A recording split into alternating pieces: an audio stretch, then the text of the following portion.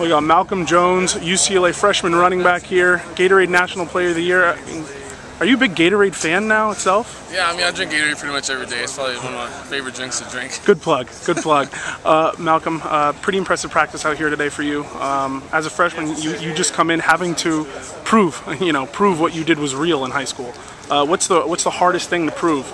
And not even the doubters, just the coaches.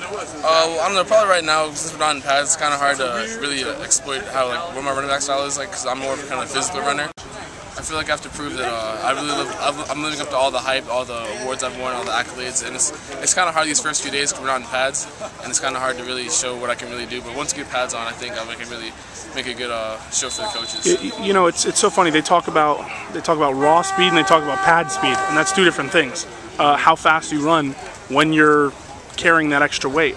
For a player of your size and of your ability, do you kind of feel like you're restricted when you're not in pads in a way? Do you almost feel like you'd rather be in pads? Yeah, I mean, yeah, because without pads, it's kind of hard to I like to kind of have little contact, but without pads, it's once you get touch someone, you're down. Yeah. So I mean, with pads, I feel like I can really get that breakaway speed going after that first initial hit. So I feel like that's going to be really fun. You know, they've talked about you as a D1 prospect pretty much your entire high school career, and they actually talked about you being Division I ready at 15.